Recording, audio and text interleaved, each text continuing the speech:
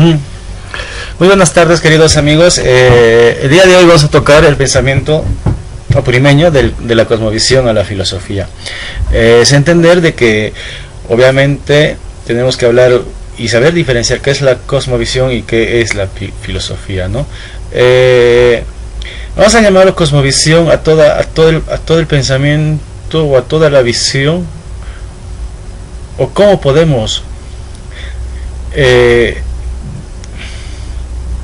o lo que pensamos de lo que vemos, de todo lo que nos rodea, ¿no? O sea, cómo vemos todo lo que nos rodea. Eso sería nuestra cosmovisión, ¿no es cierto?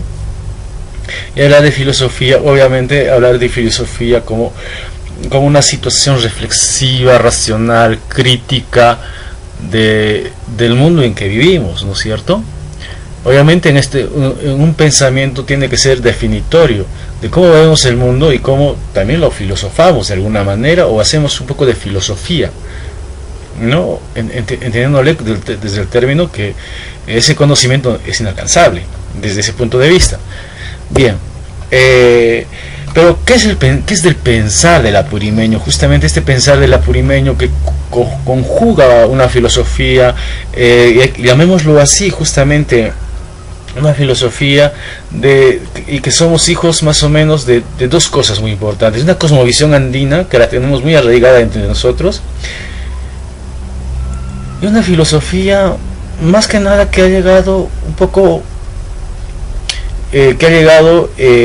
con un choque, con un encuentro, no de dos mundos, sino una invasión que se ha superpuesto justamente a esa cosmovisión andina, que no ha muerto, que todavía la regamos, pero que sí está muy latente entre nosotros bajo una forma de una filosofía un poco greco-romana, un poco occidental, ¿no? Y justamente es lo que nos hace pensar a nosotros como apurimeños, lo que nos hace pensar y nos hace avanzar hacia adelante, cómo lo vemos el mundo y cómo queremos justamente a Apurímac, y cómo queremos a Apurímac y cómo lo vamos a pensar hacia adelante a nuestra Apurímac. Bien, ese tema ese tema del pensamiento apurimeño lo he dividido principalmente en seis elementos muy importantes, ¿no es cierto? Primero, un periodo temprano, imperial, periodo guerrero e incaico, ¿no es cierto?, netamente como cosmovisión, ¿no es cierto? Y un periodo colonial y periodo republicano, más que nada como filosófico o algo así, ¿no? O algo, porque algo tiene que haber, ¿no? Pero antes de entrar en el periodo temprano en sí, yo quisiera que ponga mucha atención al video que vamos a ver a continuación, que nos va a poder ayudar a dilucidar algunos elementos y de tal manera que podamos tener claro en función a qué estamos avanzando. El surgimiento de las sociedades complejas en los Andes fue producto de muchos cambios que se dieron a lo largo de miles de años. Las domesticaciones, la abundante pesca en la costa y la agricultura posibilitaron la producción de alimentos. Así, dejó de dependerse totalmente de las fuerzas de la naturaleza, pudiéndose planificar y guardar excedentes. En las aldeas sedentarias y bien alimentadas, la población aumentó, generándose mucha mano de obra disponible. Los líderes organizaron entonces la construcción de grandes monumentos públicos destinados al culto religioso. Sus observaciones astronómicas les permitieron alcanzar importantes conocimientos sobre cuándo y cómo cultivar. De esta manera surgió una élite con mucho poder que, valiéndose de la religión, acumulaba riquezas. En torno a ellos, artesanos especializados empezaron a trabajar a su servicio. Esto marca el nacimiento de las clases sociales.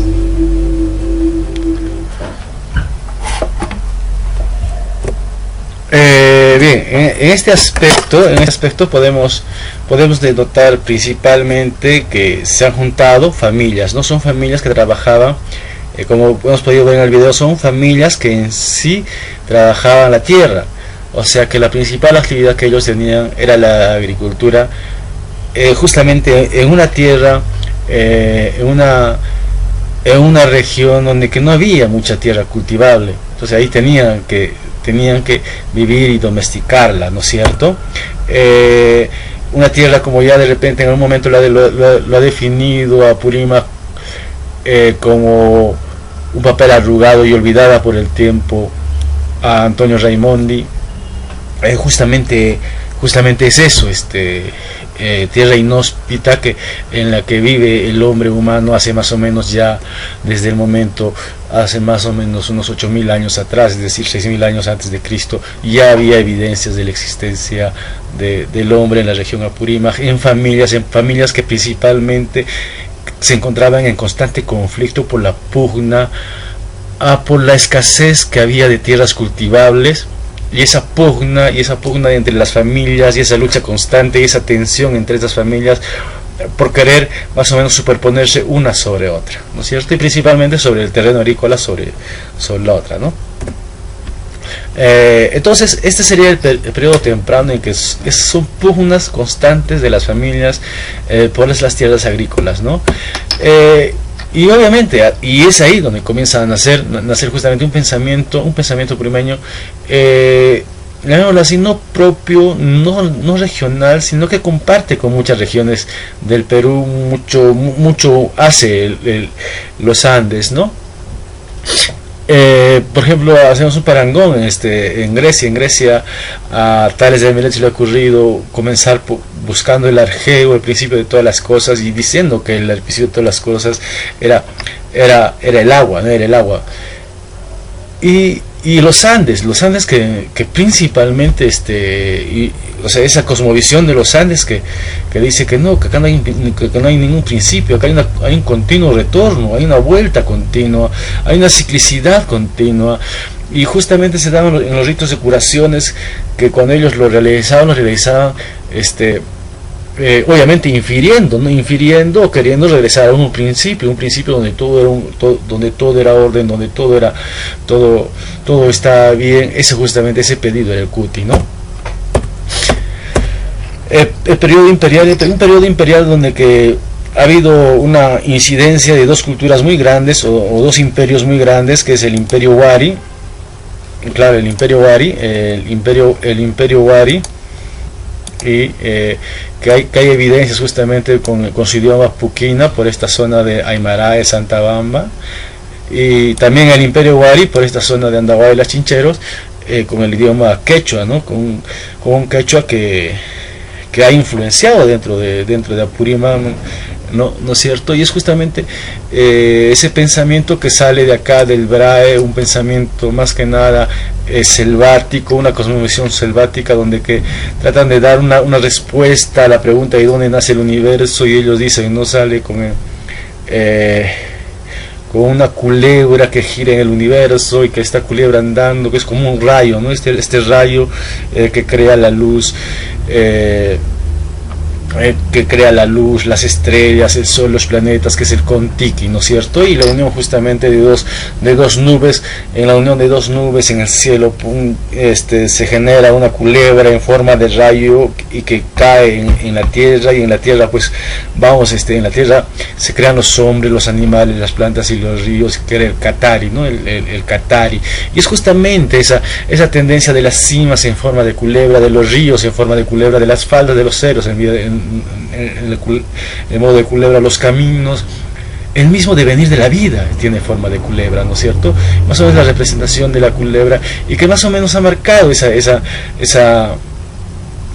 tendencia de pensamiento dentro de una cultura que aceptaba muchas razas, pero que también a la vez tenían un panteón andino de razas, porque se aceptaba casi todos los pensamientos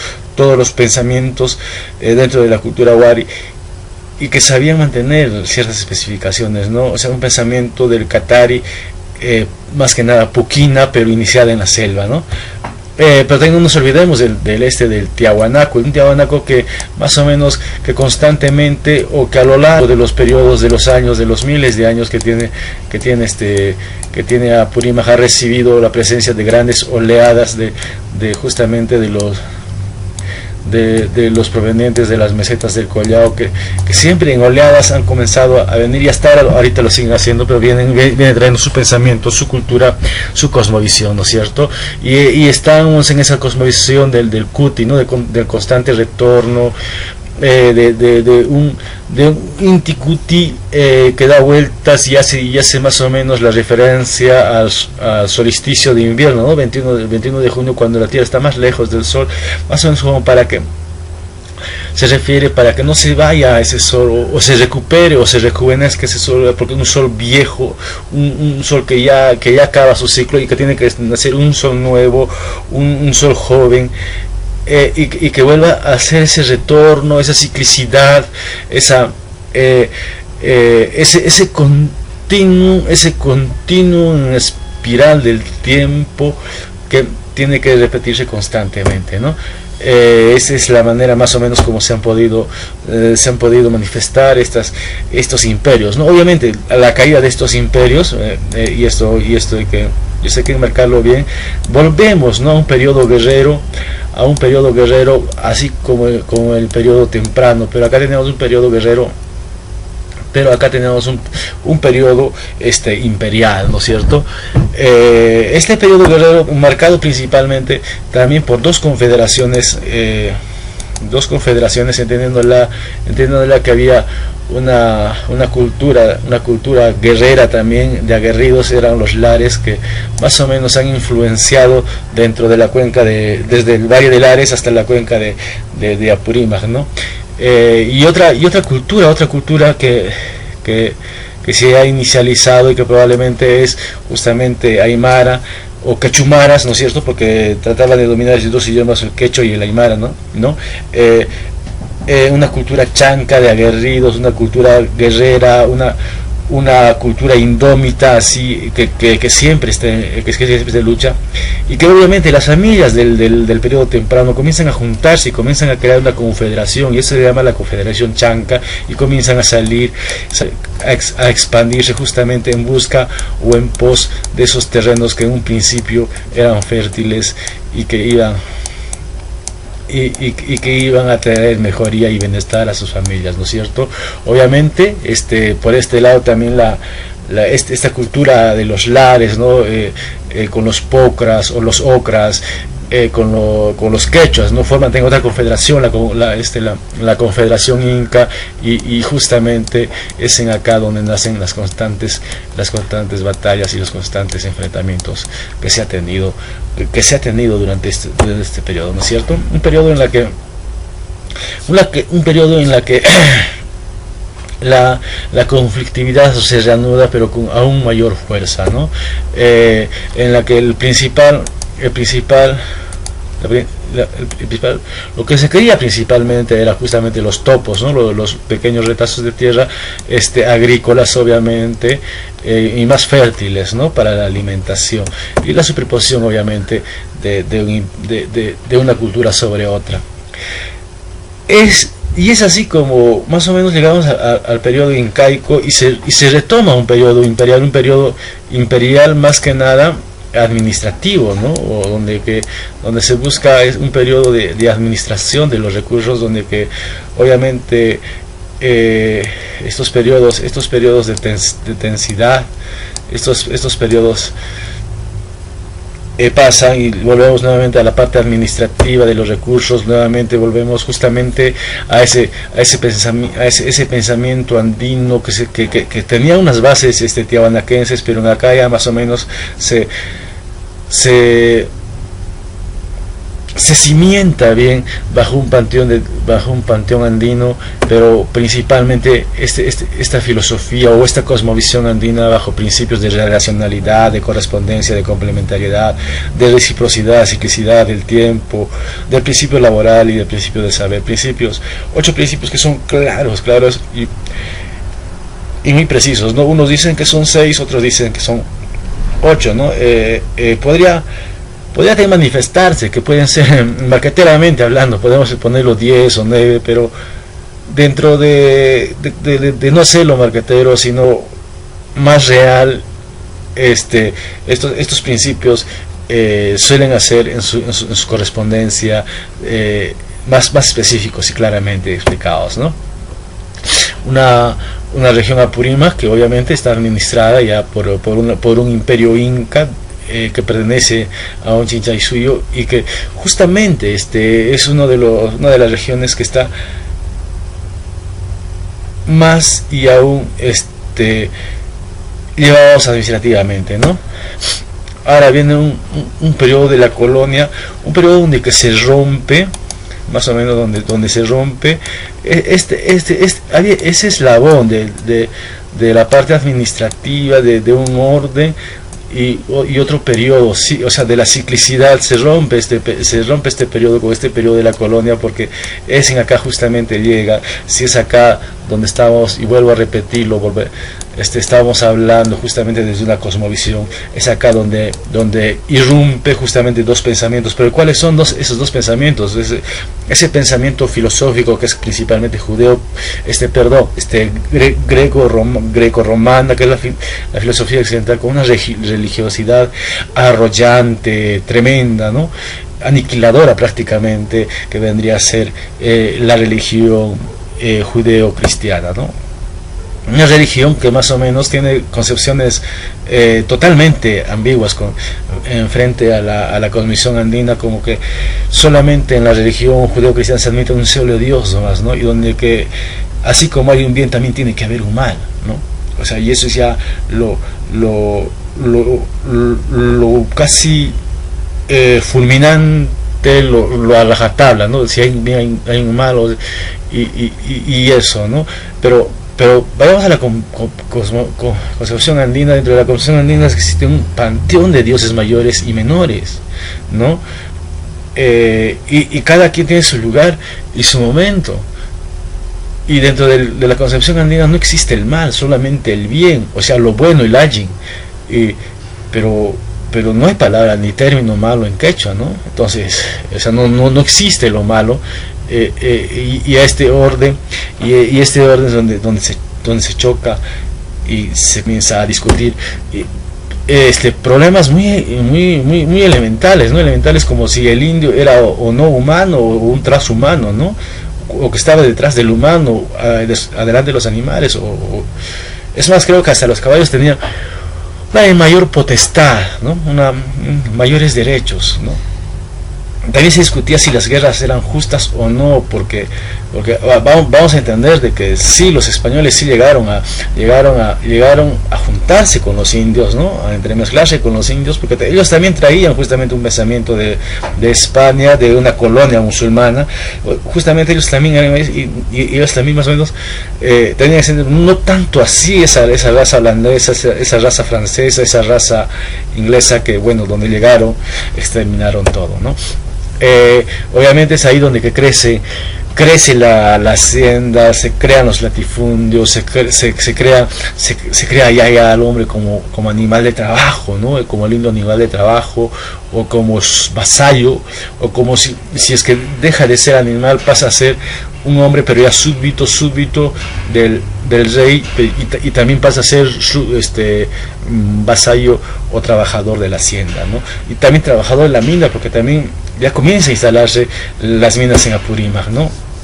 Un periodo republicano que ha sido más que nada una situación de ruptura, una monarquía en la que se enmarcan dentro de la emancipación, dentro de las corrientes libertadoras de 1821 a 1870, una etapa de discusión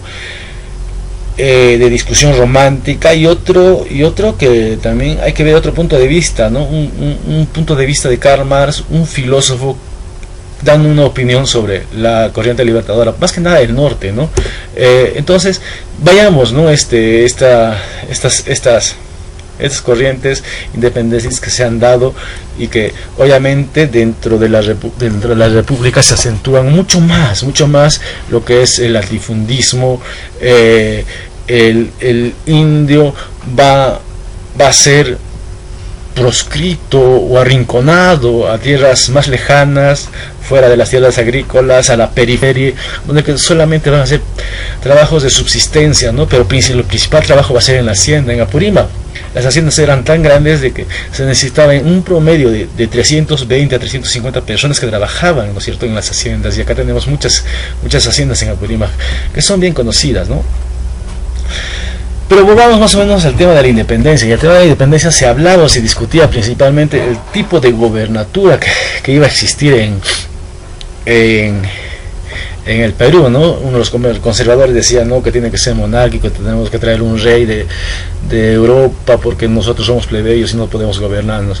Y los liberales que decían, no, que tenemos que tener un gobierno donde imperio se construya un imperio de las leyes, que todos tengamos derechos y oportunidades, obligaciones y deberes, y todo eso, ¿no? Todo normado dentro del ciudadano, ¿no?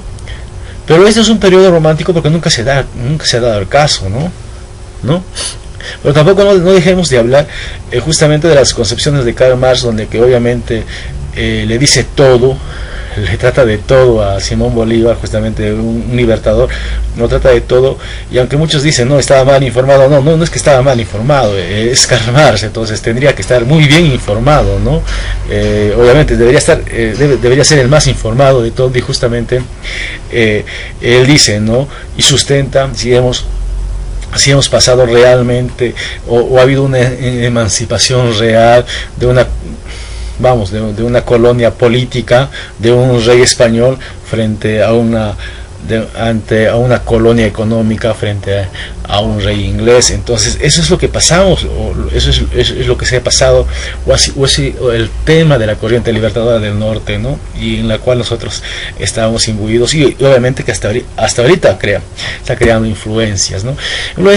Influencias que tanto así que es casi difícil la conjunción de los múltiples pensamientos, de los múltiples poderes, ya sea aristocráticos, militares, comerciales, y gracias a eso de repente tampoco no se ha dado la industrialización, porque también se ha generado intereses más que nada populistas o revolucionistas, llamémoslo de tal caso, que se ha entremezclado en toda esa amalgama de la política y del pensamiento, que querramos o no querramos, en Apurímac ha influenciado bastante, ¿no? Y donde que se ha dado, donde se ha llegado a tomar incluso ya un bando, o sea, un bando más que nada populista, y también podemos hablar también de un bando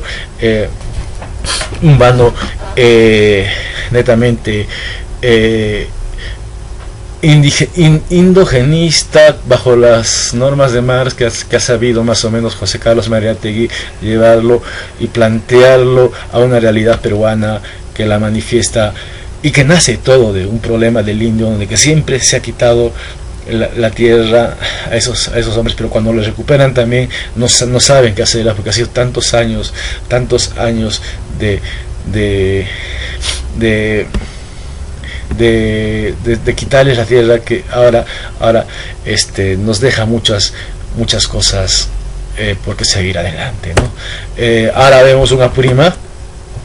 Obviamente ahora vemos un Apurímac ya globalizado, nos damos cuenta que somos la mezcla de muchas sangres, la amalgama de muchas culturas, de muchas razas, y estamos en un pensamiento prácticamente en una región tan pequeña, una región multicultural con diferentes relevos. A cada 100 metros hay un relieve diferente, hay un ecosistema diferente, hay modos de pensar, modos de vivir, y hay tantas diferencias que justamente eso es lo común de nosotros, ¿no? Que somos tan diferentes, pero que también llevamos somos la mezcla de muchas cosas, ¿no? Y que lo más común en nosotros es lo diferente que podemos ser, pero justamente somos los bendecidos de tener toda esta multiplicidad, esta multiculturalidad, que también que se va a hacer justamente a una multiculturalidad mundial, global, porque estamos viendo ya eras mundiales, pero que justamente esa multiculturalidad que nosotros llevamos juntos nos da una identidad una identidad propia frente a un mundo globalizado, donde que ya se habla de derechos humanos, ya se habla de índice de desarrollo humano, ya se habla de justicia, también justicia internacional, y que justamente está propugnando algo a un común mundial denominador, ¿no? Obviamente, pero nosotros todavía seguimos arraigando, y aún nosotros seguimos arraigando, y eso se vendría a ser nuestra riqueza, ¿no? Nuestra pluriculturalidad frente a un ente cultural mundial, ¿no es cierto? Entonces, acá tenemos mucho por seguir conversando. Me gustaría armar un video más que vendría a ser en este caso el tema propiamente dicho, ¿no? El pensamiento republicano a la fecha, porque creo que es donde vivimos, y creo que es ahí donde que ya tenemos que sacar, poner puntos sobre las is, ¿no? Muchas gracias por la atención que me hayan prestado. Entonces estaremos manteniendo algunas ideas y algunas conversaciones más adelante.